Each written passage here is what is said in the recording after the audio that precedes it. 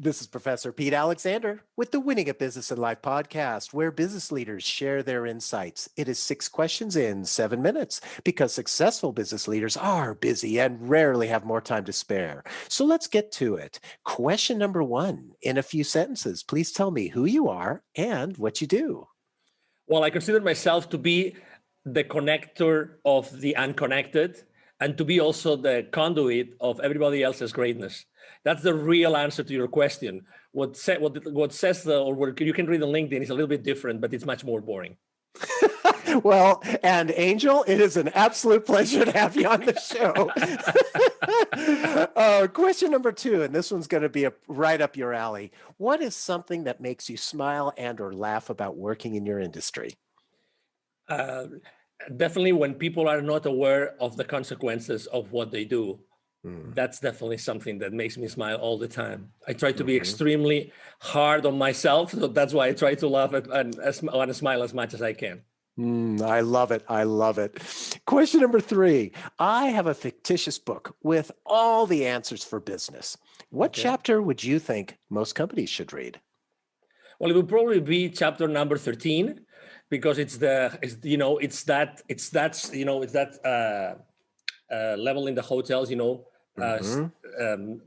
excuse me, I had a lapsus right now. So what I'm trying to say is that there's always a chapter that nobody wants to read. When you're trying to go to a specific floor and the hotels don't have the floor number 13, right? It'll be definitely number 13. And that one is definitely the one that talks about being humble enough to be the right leader for your team. I like that a lot. And it's the way that you position that as the chapter that people don't want to read. It really is, because there's a reason that they don't. Maybe there's fear or whatever it happens to be. And, and so you really raise a great point there. Thank you for that. Absolutely. Question number 4, other than the generic work harder, have a great attitude, and care for customers, what advice or insight would you give to other business leaders? Well, that's my mantra. So it's going to be an easy one. It's take imperfect action now.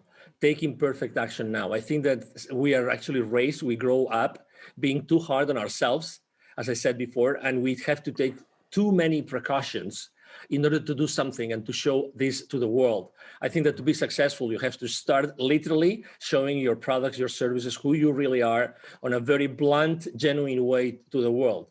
And that's the best way to actually proof test who you are and proof test your products and services. That's definitely the piece of advice that we give everybody. I think that's really wise, and especially, it really makes a big difference there. And I think I'm glad that you shared that with the audience. Thank you for that. Question number 5, what other business leader like yourself would you like to acknowledge and invite to be on my podcast? Well, I would definitely like to invite or to suggest that you bring Mr. 𝐁𝐵𝐿 Joffe. He has a wonderful book. Actually, I have it here.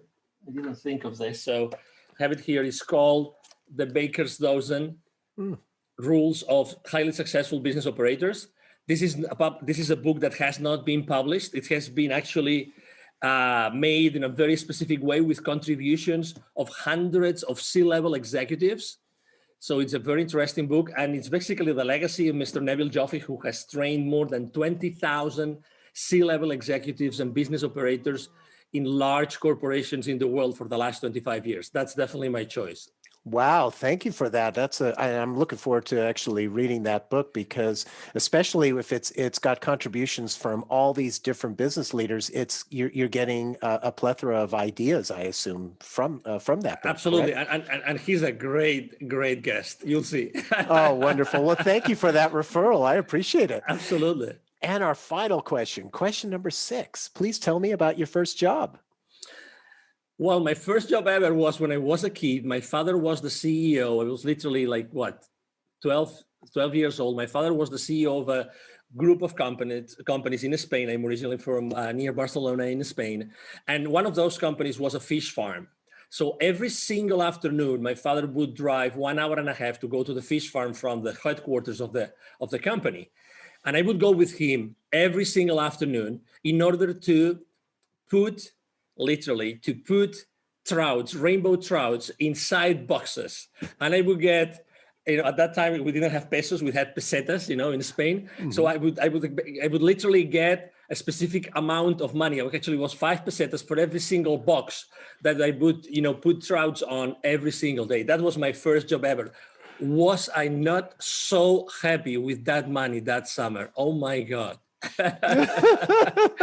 And I'm trying to picture this because the rainbow trout and when by putting the trout in there, so were you using were you just picking them up with your hands and putting So them in the basically, there box? would be this big container, Uh-huh. dumping all those trouts, already dead trouts, Mm-hmm. onto this big, massive, stainless steel table, and then there will be many, many people around the table with these, white boxes that they keep that Mm-hmm. they isolate the temperature, right? So we Mm-hmm. would put the trouts, sideways, Mm-hmm. so that I think it was like 22, 23 trouts per box. Again, Wow. I boxed so many trouts, right?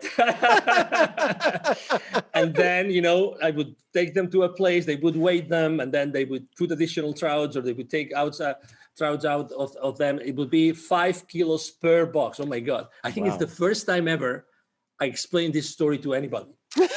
Well, I love Honestly, it. honestly. And the visual is so great as well. So thank you for sharing that. And Angel, thank you so much for being on the show. How can people find you? Oh, thank you very much. Very easy. Obviously, you can go to these boring places as in LinkedIn and everywhere else. But I would say send me an email. I have either myself or my team. We always have time to respond. It's very easy. It's Angel, spelled like in Angel from Heaven, and then at angelrebo.com. Rebo is my last name. It's spelled like RIB as in boy O. So it's Angel at angelrebo.com. Perfect. This is Professor Pete Alexander with the Winning at Business and Life podcast. Thanks for listening.